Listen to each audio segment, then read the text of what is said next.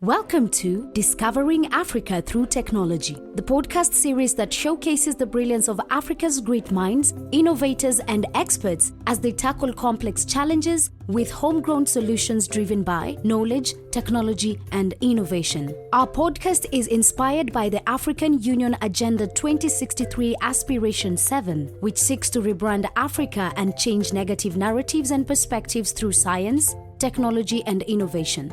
We believe that Africa has the power to solve its own development challenges and become a strong, united, resilient, peaceful, and influential global player and partner.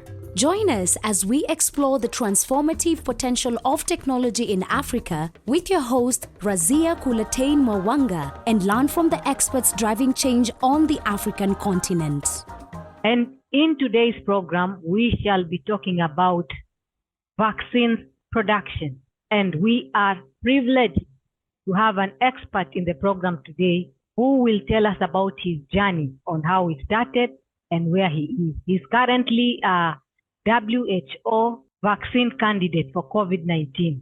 Dr. Oladipo Elijah Kolawole is the head of Department of Microbiology at Adekunle University. He's also a principal investigator and also the founder of Helix Bygone Institute Nigeria, which produces vaccine and diagnostic kits, produces vaccine and is also a diagnostic kits developer. He's a molecular epidemiologist, bioinformatics. He is the team leader for the COVID-19 candidate vaccine that is currently on WHO draft landscape for all COVID-19 vaccine candidates. He is also the founder of Helix Bygone. He is happily married to his pretty wife, and they are blessed with one wonderful child. He is also an international fellow of Indian Council of Medical Research, Africa Union, STRC. He is also an experienced chief executive officer with a demonstrated history of working in the research industry. Dr. Oladipo has published 7 research articles in double-blind, peer-reviewed national and international journals. He has authored 1 book and 42 national and international conference proceedings. He is a specialist on infectious diseases caused by virus and antimicrobial resistance. His major research focuses on infectious diseases caused by RNA virus, molecular epidemiology, surveillance, diagnosis, pathogenesis, molecular immunology, viral immunology, and oncology, viral computational biology, antiviral resistance, and antibiotics. Apart from that, he is also a member of many professional scientific organizations, including the American Society for Microbiology, International Society for Infectious Diseases, Society for Applied Microbiology, African Society for Laboratory Medicine, International Society for Computation Biology, African Society for Bioinformatics and Computation Biology, New England Bioinformatics Group, International Veterinary Vaccinology Network, World Society for Virology, and International Society for Influenza and Other Respiratory Virus Diseases, and also the Nigerian Bioinformatics and Genetics Network. And also, he is a member of the Surveillance and Epidemiology of Drug-Resistant Infectious Consortium, Southwest Regional Coordinator for Nigerian Bioinformatics and Genomics Network, and African Vaccine Manufacturing Initiative, a continental initiative to advocate for strengthening Africa's capacity to develop and manufacture vaccines. He has a PhD in microbiology, medical virology, immunology option from Ladoke Ankitola University of Technology, Ogbomoso Ede, Osun State, Nigeria. He has a Master of Science in Medical Microbiology and Parasitology, which is virology option. And he also has a BTech degree in microbiology. So you can hear that his reputation precedes him. So welcome, Doctor. And can you tell us about your scientific journey and what motivated you to create the COVID vaccine? Yeah, thank you for having me on this call. It's a pleasure. Oladipo Kolawole. Yes, I think one of the things that I'm grateful, first of all, for bringing us on this platform to discuss our work so far on COVID-19 vaccine. And it's going to be noted that we felt that during the lockdown, everybody is been locked down at home. So I have the opportunity to go back to my private lab with my team members, and we felt that this is the time to contribute to science, to contribute to life, to contribute to solution, and so far we have the technology expertise. So we believe that we can do it. So we gather our team, which is inter and interdisciplinary team members from different kind of field in biomedical sciences, and we came together to do something, and we made it, and God helped us to achieve that great feat by developing two candidate vaccines to COVID-19 that made it to WHO draft landscape of COVID-19 vaccine candidate. So and luckily for us, majority of all of us that did the work, we are in the soil. We are living on African soil, and we have few two or three people, they are diasporas, they're Africans that join us online to add to the knowledge and the technology that we have on ground. Wow, that's quite interesting. Thank you. So can you tell us a little bit about what the names of the two vaccines you developed were? And also, can you tell us how long did it take you to create those vaccines and the investment in terms of money? How much was that? I think for now, I may not be able to say precisely the amount of money that involved in it, because it's really a huge sum of money, and in which there is no funding from anywhere, nor from the government, nor from private individual. But what we were able to do was that, being the lab that established, we have some services we are rendering. So most of the money that we realized from the services were channeled to the R&D, and we have one of our principal investigators in person of Professor Kolawole, who is currently the Vice Chancellor of Precious Cornerstone University. He has a lab tool that has developed drug called immunotrinohyb that's being used to boost the immune system. So from their own company too, they're able to channel some resources, financial resources to us to enable us get to the stage where we are presently. At a point in time, there was a call from SEPI. We applied, but we were not selected. But we were not. We didn't allow that to serve to demoralize us. We still move on. So majorly, the work has been self-funded by the organization. No government support and no any private individual support. Wow, that's interesting. So these are like-minded people with common interest and passion for medicine and finding a cure for COVID-19 that created that team. So how long did that take? Yes, I think if I look at my schedule, we use 4 months to develop the two candidate vaccine, and the team that work on that development, they are up to 30 of them. And we have evidence of some of our publications in some good journal in Springer Natures and Elsevier to substantiate the development part of the COVID-19 vaccine. So we use just 4 months to get that done with hard work. Most of the time we work from Monday to Saturday, except Sunday that we don't work. And when we start work around 8 o'clock, we leave the lab around 7 p.m. at night because it's lockdown and we need to work. We work day and night to make sure that we have our own meaningful contribution to science from Africa. Wow, interesting. Thank you. You talked about being self-funded and the team comprised. You did this for 4 months and it involved 30 people. So I would just like to know, because you're also a professional member of many professional scientific organizations, including the African Vaccine Manufacturing Initiative, which is a continental initiative to advocate for strengthening Africans' capacity to develop and manufacture vaccines. Was there any support that you got from this initiative?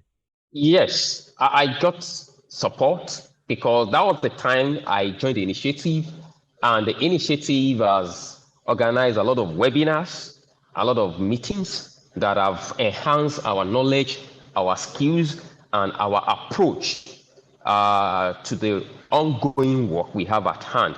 So I can categorically say that it's indeed a blessing to me joining such an organization that has a future, the mindset of African, that in future most of the vaccines to be consumed by African will be developed, produced in the soil of African or in African continent at large.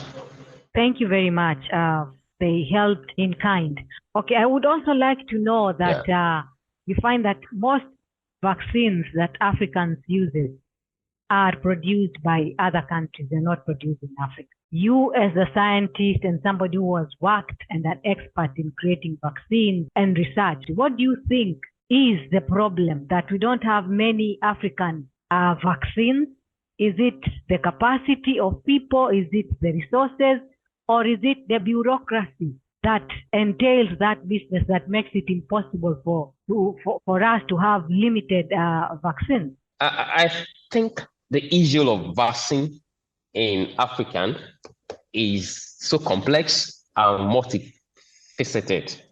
And one of it is that we have a lot of people in Africa that have the capacity, and we can see that it has to do with government policy. There will be policy in Africa that will support African scientists, because it's not about you developing a vaccine. You think about the consumption too. Look at what is happening in South Africa now. Who is going to buy? And look at most of the African countries. It's only few African countries that bought the vaccines. They were waiting for the donations. So most of the vaccines that we use in Africans were donated. So even if you venture into vaccine development and production, the question is, where's the market? Are Africans ready to buy from Africans? And those are the challenges that we are having. And that has to do with policy at African Union level. And I believe that the leaders in Africans, they'll be looking up to that, seeing how we can come up with a strategy, with a landscape that are able to support, if in future African is truly ready to produce a vaccine for the continent, so that to enhance the uptake of vaccine.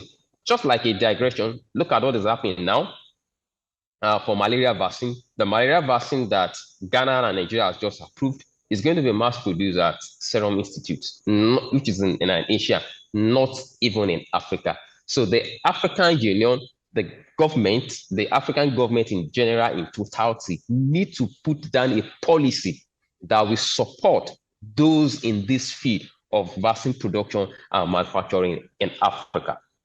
Wow, that's interesting. I know that the African Union has its policy formulating organization, and then it monitors, but the bulk of the work it depends on government will to support and put finances. Because according to the African Union Science, Technology and Innovation Strategy, every government has been mandated to contribute 10% of their GDP into technology, into science, technology, and innovation, which includes supporting local capacities to develop, working on policies to make sure that they are friendly for researchers so that they can work along producing vaccines, and also to promote science and technology. Have you ever heard of the Pan-African Vaccine Facility? Yes, I've heard about them and the kind of work they are doing to make sure that we have vaccine available in Africa. Okay, and that vaccine that you created, you only took it to WHO and you did not have any partnership with this African facility? It has gotten to WHO lists before I got to know about them. And to be candid, not that we went to WHO.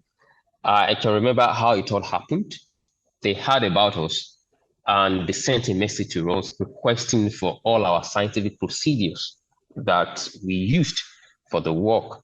And by the time we presented all our evidences and our scientific findings that we have that time, we saw that our candidate vaccine was listed. Even at the point of the development and design of the candidate vaccine, we never had it in dream that we're going to make it to the WHO list. We are just doing our work naturally to see how we can contribute to science, how African scientists in Africans can contribute to what is happening globally. Wow, that's interesting. Okay, now can you tell us more about your process? Because I know after you submitted, I know there were about 235 people who submitted their vaccines to WHO. Can you tell us the process, how it was after creating the vaccine? Now, can you take us through the different stages that entail after production to where you are? Take us through the clinical development, talk to us about the preclinical development and the vaccine candidate. What is that exactly? Yeah, I think the first thing that everyone scientists design out is a vaccine candidate. It's been called vaccine candidate because it has some other procedure. After you have designed and developed your vaccine candidate, the next stage it moves to is the preclinical stage. And the essence of the preclinical stage is to assay for the safety and immunogenicity. Safety first, then followed by immunogenicity. What do I mean by safety? You need to get some. Sorry, doctor, please can you repeat that? The audio has become bad again. I don't know what you have done. Okay. I have not done anything. Now it's network. Okay, now once you have your candidate vaccine developed, designed and developed, it has to go through some stages. One of the first stage is the preclinical. And the essence of preclinical is to check if your vaccine is safe and immunogenic. So you are testing for safety and immunogenicity. And how is this done? It is done by using the small mammals. Yeah, you can use the mice. After the mice, you can use the monkeys. Some go ahead to use pigs in order to check for safety. So you have some parameters. You sacrifice your animals, you take their blood samples, you take some tissues, depending on the experimental method that is involved. And even before taking the animals, you have sorted for ethical approval for the use of that animal from appropriate authorities. And that is dependent on each country because each country has different laws and regulations that is guiding that. So once you have taken the ethical approval, so you can now inoculate, you can give your animals the shot, and that time you'll be able to establish the dose because there will be different groups in the experiment. Those that will get boosters, those that will not get boosters, those that will get the placebo, those that are given nothing. Then after the specific day, maybe depending on experimental design, maybe day 7, day 14, day 21, you try to collect samples from the animals. Then you now ask it for safety compared to the control group to be sure that the candidate vaccine that has been designed, developed, it's safe in animals for consumption. So once that is done, you can now move on and check for immunogenicity. Immunogenicity means that is there enough neutralizing antibodies produced by these animals, then you can now assay for it in cell culture, looking at neutralization. You have the pseudovirus, for that's the start of SARS-CoV-2, to look if the neutralizing antibody you have can neutralize those antibodies. If that is gotten, you submit your data to appropriate quarters. Then if you are being approved, you can now move on to clinical trial phase 1, clinical trial phase 2, and clinical trial phase 3. And some can combine phase 1 and phase 2 together. It depends on those phases is dependent on the size of individuals that you will be included in the study after ethical approval have been sought. So what we look for is how the individual are responding to the vaccines. Look at the site of the injection. Are there any pain? Is this swelling? So you record all those things and you subject all the data obtained into statistical analysis, whereby it's going to give an accurate scientific clinical information to the next stage of it. It's after all those phases have gone through. During COVID-19, we have some organizations that run 1 and 2 together. Then they were able to get emergency approval so that we can halt the virus, so that herd immunity can be achieved in the community. So that's what are the processes. After what we call post also, after people have been vaccinated for a long period of time, you still continue, the pharmaceutical industry continue to be monitoring individuals and see how they are responding, to see if there are complications or not. So this is just the stages in summary for these processes. Okay, can you tell us which stage your vaccine is now? Yeah, our vaccine candidates, we just finished the preclinical trial.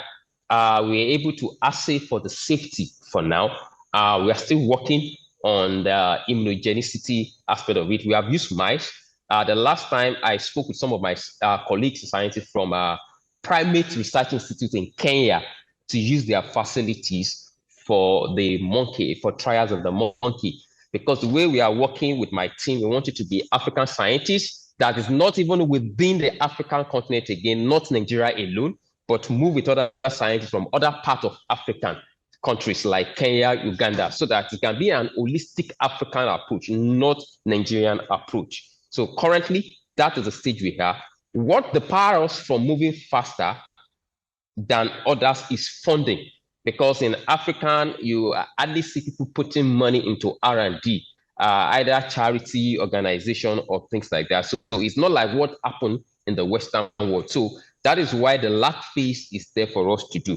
But we still believe that with time, we're going to get it. Even if we don't get it for this COVID-19 vaccine, the skills, the knowledge, expertise we have acquired in this process, if peradventure in future there's another outbreak, it is easier and faster for us to adapt the technology that we have to a new outbreak. Because what we see in the Western world, not that they just started with COVID-19, they have been working on several pathogens. So when SARS-CoV-2 came up, they were able to adapt the technology existing to the new one. So that is why we never get discouraged. We keep moving, though the pace might be slower compared to other parts of the world, but we keep moving.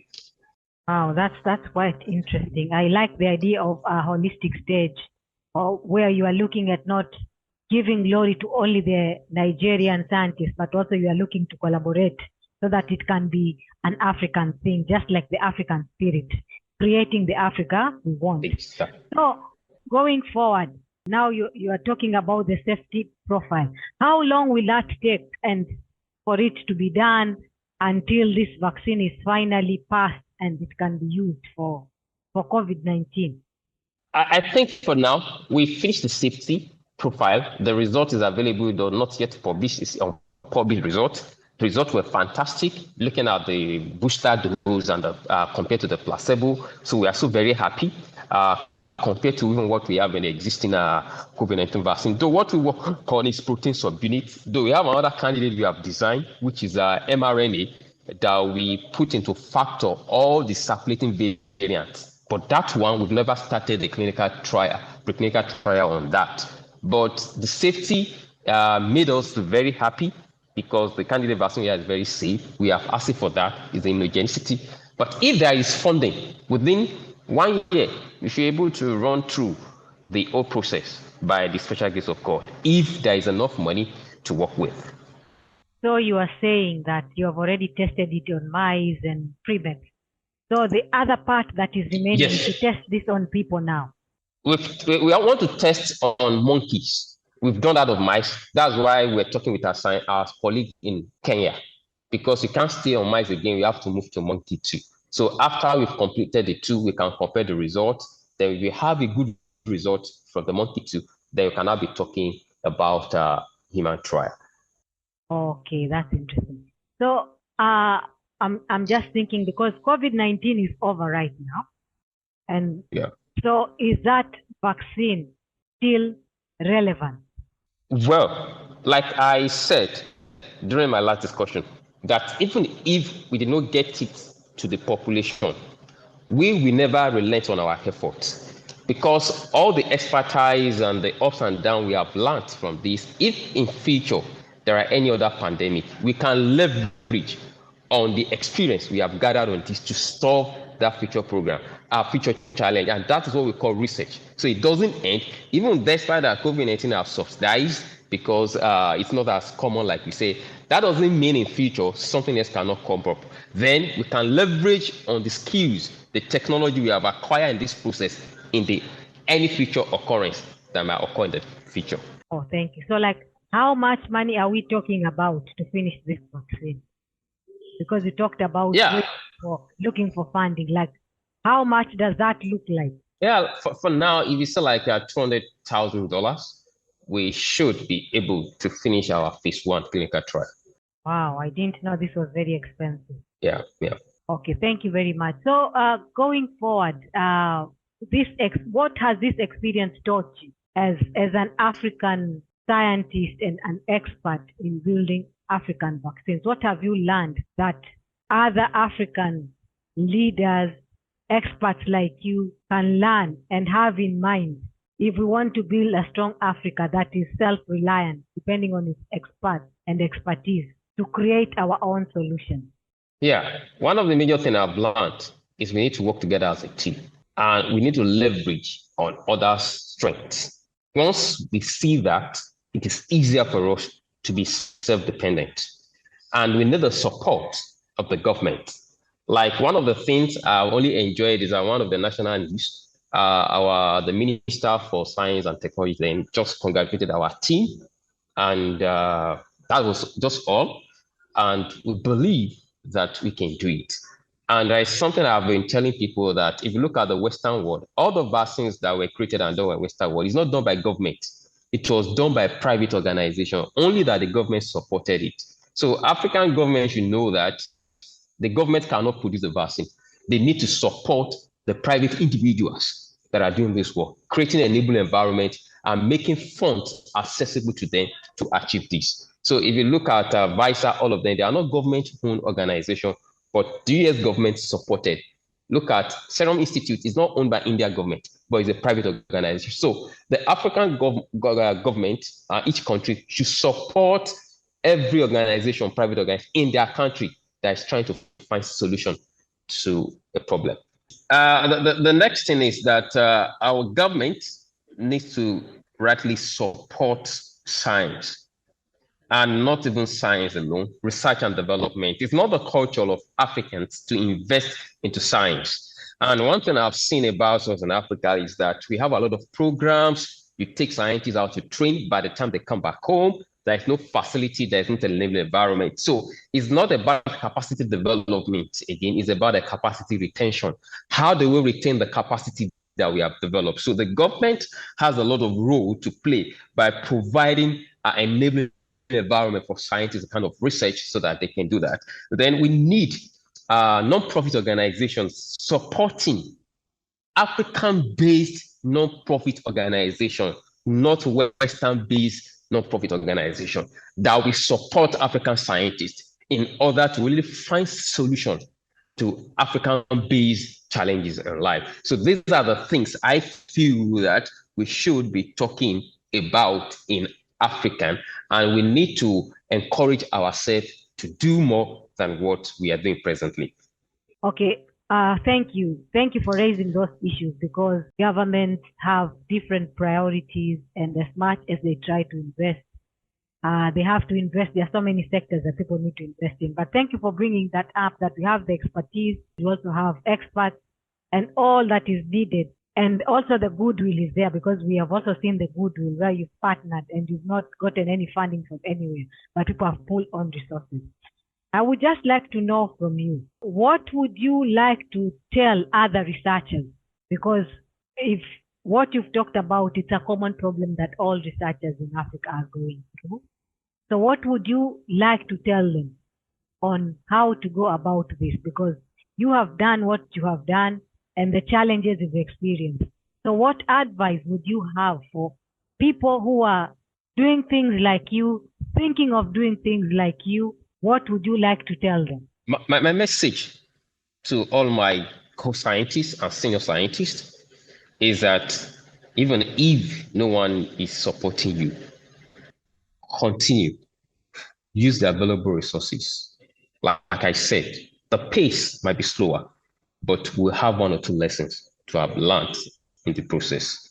The lesson learned today might not be useful for today's experience, but by tomorrow, we're going to make sure that that experience is useful. And we keep on building capacity so that the capacity of people, of upcoming young scientists, will be enlarged, and we have a lot of things to solve.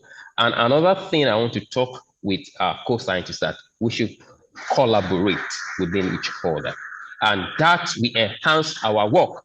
We bring credibility to our work, and that will enable us to pull resources together and achieve a common goal. That is all what I have for now. Thank you very much, Dr. Oladipo Elijah Kolawole, for your time and sharing your insights on your journey to create the COVID vaccine, where you started with 235 competitors and only 2 African countries made it to the final vaccine candidate stage, which was Nigeria and Egypt. Thank you also for sharing your insights on the capacity and willingness of African innovators and scientists to create solutions for African challenges like your COVID vaccine, and also the issues you pose that the government needs to do more and the African Union needs to do more to create better policies and also invest in science and technology, because this is the future of Africa if you want a strong African. And from me to you, thank you for tuning in. Until next time, this is Razia Mwawanga. This podcast has been produced through the African Women in News Pitch Zone winners and funded by the African Union, and the contents of this program are the sole responsibility of the producer and do not necessarily reflect the views of African Women in Media and the African Union. Until next time, thank you for tuning in. It's me, Razia Mwawanga. Thank you.